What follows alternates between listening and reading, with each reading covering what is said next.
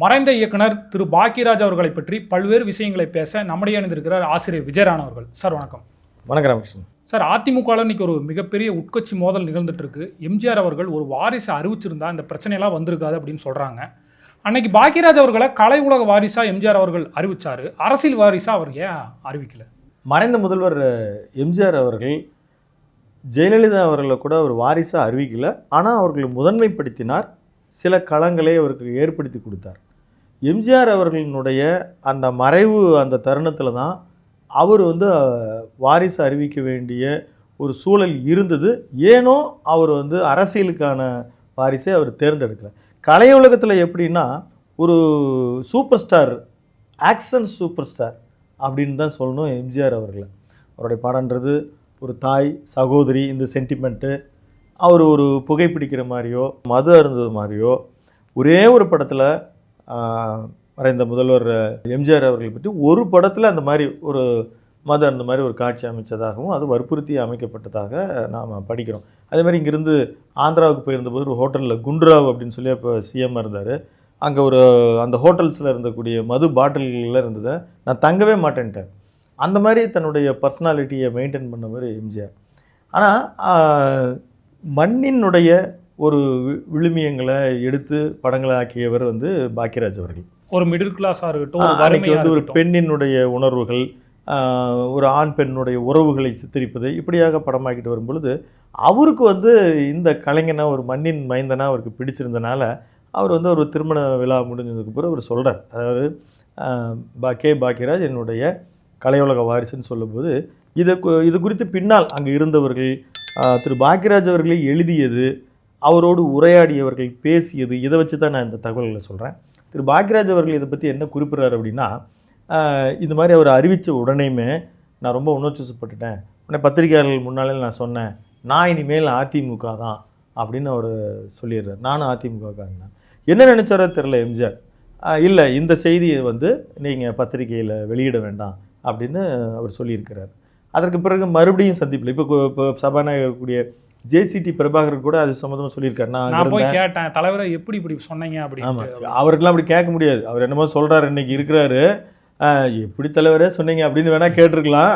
எப்படி நீங்கள் சொன்னீங்க அப்படின்லாம் எம்ஜிஆர் முன்னாலாம் நின்று அன்றைக்கெல்லாம் யாரும் கேள்வி கேட்க முடியாது.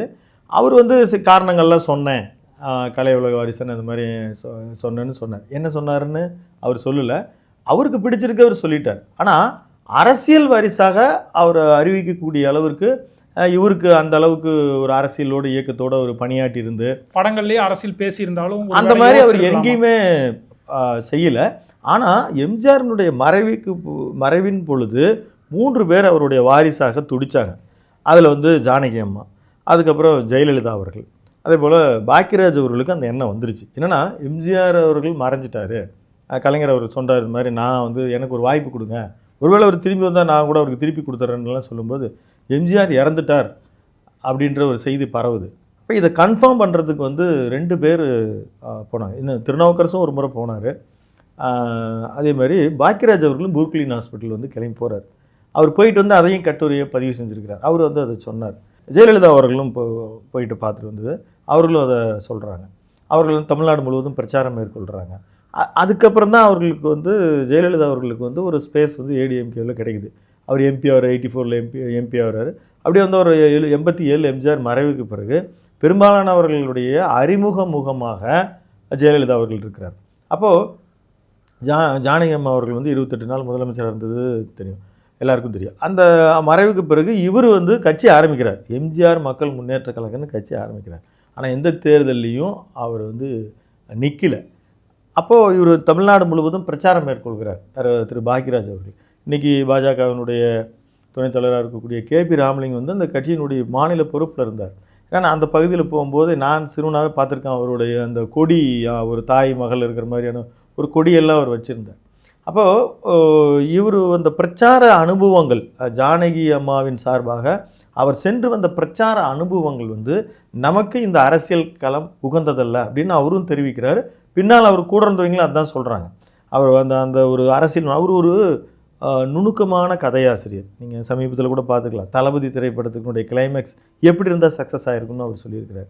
அது மாதிரி நிறைய விஷயங்கள் அவர் எழுதியிருக்கிறார், சொல்லியிருக்கிறார். ஆனால் இந்த நுணுக்கம், இந்த அரசியல் நுணுக்கம், ஒரு நயவஞ்சகமான மக்களோடு வந்து கூட இருந்துக்கிட்டே செய்கிறது, பணம் வந்து பெற்றுட்டு இவர் முன்னால் போக போக பின்னால் பணம் வாங்கிக்கிட்டே வரவங்க, அதெல்லாம் இவர்கிட்ட வந்து சேராது. இது மாதிரியான தந்திரமான மக்களுக்கு நடுவில் வாழ்வது அவருக்கு சிக்கல்னு தெரிகிறாரு. அப்புறம் ஜானகி அம்மாவும் தோல்வி அடைஞ்சிடுறாங்க.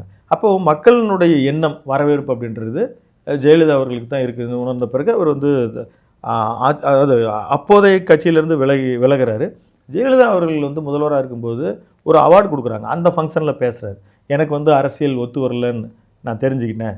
நான் கூட அம்மா அவர்களுக்கெல்லாம் வந்து அரசியலில் வந்து ஒரு தொந்தரவாக இருந்த ஒரு காலகட்டத்தில் முழுமையாக இப்போ எனக்கு ஒரு அரசியல் புரிதல் அப்படின்னு ஒன்று எனக்கு இது செட் ஆகாதுன்னு நான் வந்துட்டேன் அப்படின்னு சொல்கிறார். அதுக்கப்புறம் 2006 திமுகவில் சேர்ந்தார், பிரச்சாரம் பண்ணார். இதை வைகோ அவர்களை எதிர்த்து ஈரோட்டில் பிரச்சாரம் செய்யும் பொழுது அதை நான் நேரடியாக நானும் கூட பார்த்துருக்குறேன் அவர் பேசுனதை. அப்போ அவர் வந்து வைகோ அவர்களெல்லாம் கிண்டல் அடித்து நீங்கள் வந்து சினிமாவில் நடிக்கலாம், நீங்கள்லாம் வந்து அரசியல் இப்படியெல்லாம் மாறி மாறி செய்ய வேண்டிய அவசியம் இல்லை அப்படின்ற மாதிரி அவர் தமிழ்நாடு முழுவதும் பிரச்சாரம் மேற்கொண்டார். ஆனால் ஏனோ தெரியல அவர் ஒரு ஆதரவாளராகத்தான் அறியப்பட்டார். அதற்கு பிறகு அவரும் மெல்ல அரசியலிருந்து முழுமையாக அவர் தன்னை வந்து நகர்த்திக்கிட்டார். இந்த இன்னொரு கேள்வி, நீங்கள் வந்து எம்ஜிஆர் ஏன் அரசியல் வாரிசு அறிவிக்கலைன்னு, அது ஒரு பெரிய கேள்வி. அவர் ஒரு திட்டமிட்டு வச்சுருந்தார். அது யாருன்னு நமக்கு தெரியாது. பல பேர் அதனால தான் இந்த கட்சியில் இருப்பவர்கள் எல்லோரும் சேர்ந்து தேர்ந்தெடுக்கப்படக்கூடிய யோகோபித்த ஆதரவு பெற்றவர் தான் பொதுச் செயலராக வரணும்னு ஒரு பைலாவை திருத்தி இருக்கிறார். அப்போது யாரோ ஒருத்தர் ஒரு வாரிசை கொண்டு வந்து திணிச்சு கடந்த காலத்தில் இந்த மாதிரி எல்லாம் இருந்ததுனால தான் ஒரு 10 பேர் 20 பேர் சேர்ந்து முடிவெடுத்ததுனால தான் அந்த கட்சிக்கு, அதாவது திமுகவில் அவர் பணியாற்றி பங்காற்றி முதல்ல ஒரு உதயசூரியனில் போட்டியிட்டு வந்து அவர் கட்சியினுடைய பொருளாளராக இருக்கக்கூடியவங்க 10-20 பேர் சேர்ந்து அவரை நீக்கிட்டாங்க. அதில் அவருக்கு பெரிய வருத்தம் இருந்ததுனால தான் மிகப்பெரிய இந்த ஒரு அமைப்பை ஏற்படுத்தினார். அப்படி ஒரு எல்லாருடைய ஆதரவை பெறுகிறவர் கட்சியினுடைய பொதுச் செயலராக வரட்டும் அப்படின்னு அவர் நினச்சிருந்தார். அதனால தான் அப்படி ஒரு அமைப்பு இருந்தது. ஏனோ அவருடைய திடீர் மறைவு தான் அவர் இன்னும் கொஞ்ச நாள் இருந்து ஒரு செட்டப் பண்ணியிருக்கலாம் அப்படின்னு தான் அவர் நினச்சிருக்காரு. இன்னும் அவர் திமுகவோட இணைக்க கூட நம்மளுடைய பதிவில் திரு இராக்கண்ணன் அவர்கள் நம்ம பொலிட்டிக்கல் ஹிஸ்ட்ரியெல்லாம் சொல்லும்போது அந்த பதிவில் சொல்லியிருக்கிறார். பாக்யராஜ் அவர்கள் பல இடங்களில் சொல்கிறாரு, எனக்கு ஆங்கிலமும் வராது ஹிந்தி வராது அப்படின்னு சொல்கிறாரு. ஆனால் இந்தி சூப்பர் ஸ்டார் அமிதாப் பச்சன் வச்சு ஆர்கிரி ரஸ்தான்னு ஒரு படத்தை பிளாக் பஸ்டர் இட்டு கொடுத்தாரு. எப்படி இதை பண்ணார் அவர்? அதுதான் நீங்கள் சொன்ன மாதிரி அவர் இதையும் நிறைய இடங்கள் எழுதியிருக்கிறார்.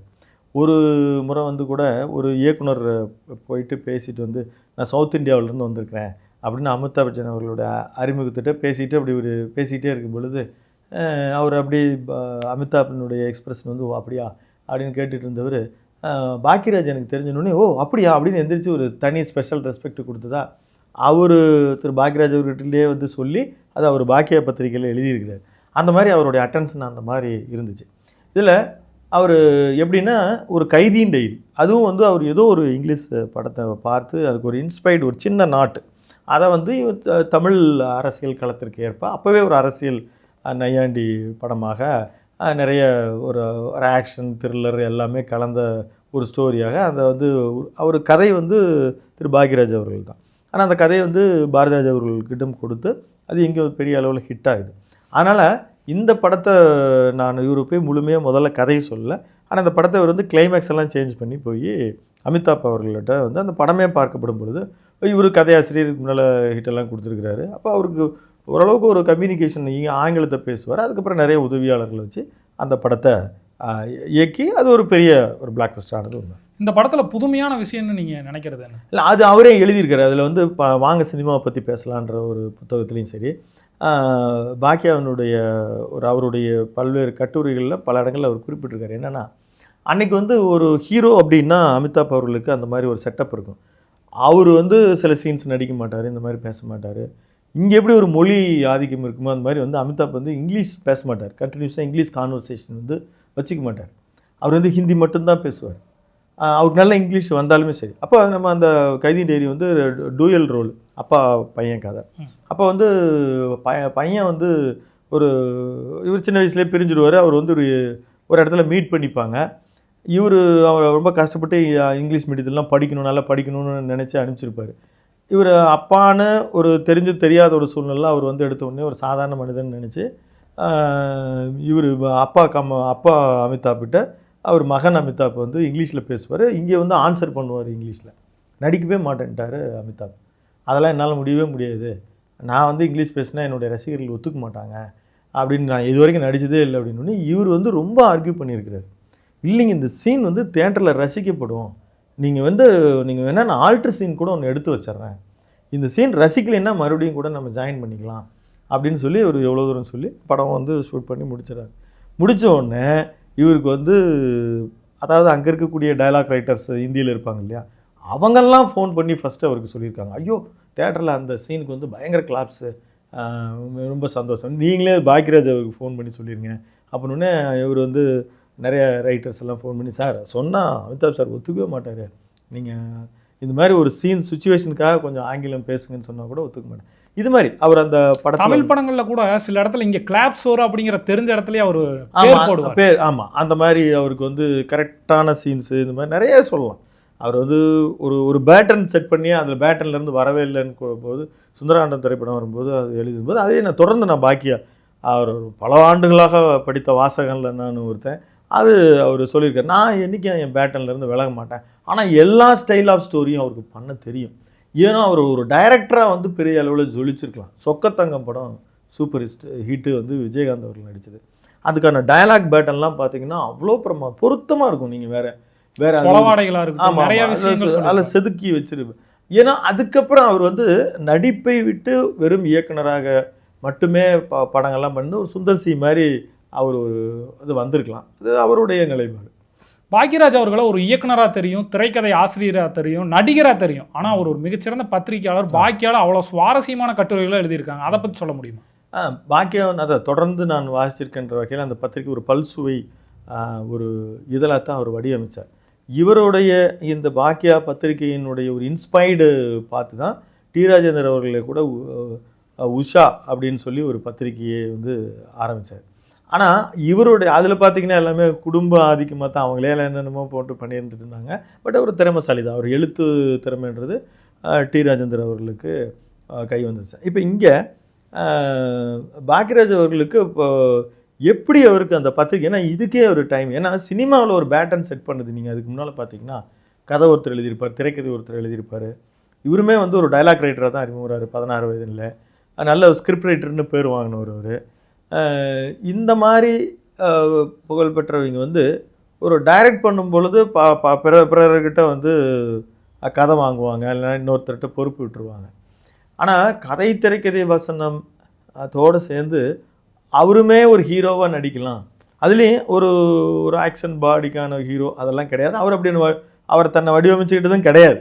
இப்போ வேட்டி போட்டு நடிச்சு இந்தியாவிலேயே ஒரு அவர் தான். ஆமாம், அதே மாதிரி வேட்டி மடிச்சுக்கிட்டு படத்தில் கூட அவர் அதை தான் பண்ணியிருப்பார். தான் வந்து ஒரு பயந்த ஒரு சுபாவமாக இருப்பார், ஆனால் தான் பையன்கிட்ட வீரனாக காட்டி வாழ்வார். அந்த மாதிரி தான் இருக்கு. அதுக்கு தகுந்த மாதிரி தன்னுடைய உடலுக்கு தன்னுடைய ஸ்டைலுக்கு எது வருமோ அதை தான் அவர் பண்ணார். இது மாதிரி ஒரு பேட்டர்ன்லாம் இருக்கும் பொழுது முதல்ல வந்து இன்னும் சொல்லப்போனால் இந்தியாவிலேயே யாராவது ஒருத்தர் இருக்கலாம், ஆனால் சக்ஸஸ் பண்ணது வந்து தொடர்ந்து சக்ஸஸாக கதை திரைக்கதை வசனம் எழுதி அவரும் ஹீரோவாக நடித்து ஒரு டைரக்டர் அப்படின்றவர் அவரே தான் ஸ்டோரி ஸ்க்ரீன் பிளே ரைட்டராக இருக்கணும் அப்படின்ற ஒரு பேட்டர்ன் வந்து பாக்யராஜ் அவர்களிட்ட இருந்து தான் ஆரம்பிக்குது.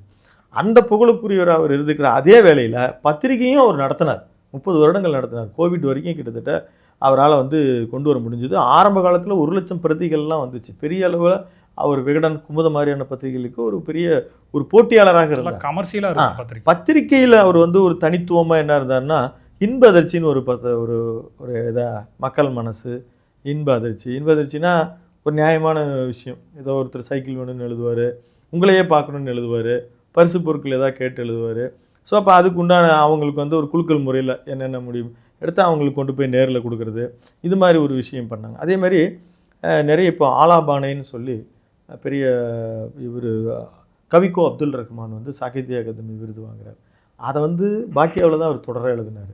இது மாதிரி நெல்லுச்சோறுன்னு நினைக்கிறேன் பாலகுமாரன் ஒரு பெரிய புகழ்பெற்ற ஒரு நாவலை தொடர்ந்து அங்கே தான் வார எல்லா எழுத்தாளர்களுமே, ராஜேஷ்குமார் ஆகட்டும், பட்டுக்கோட்டை பிரபாகர் ஆகட்டும், எல்லா எழுத்தாளர்களும் அங்கே ஒரு தொடர் எழுதுவாங்க. புதிய எழுத்தாளர்களுக்கும் அவர் வாய்ப்பு கொடுத்துருந்தாரு, கிரைம் சப்ஜெக்ட் எழுதுறது மாதிரி வாய்ப்பு கொடுத்துருந்தாரு.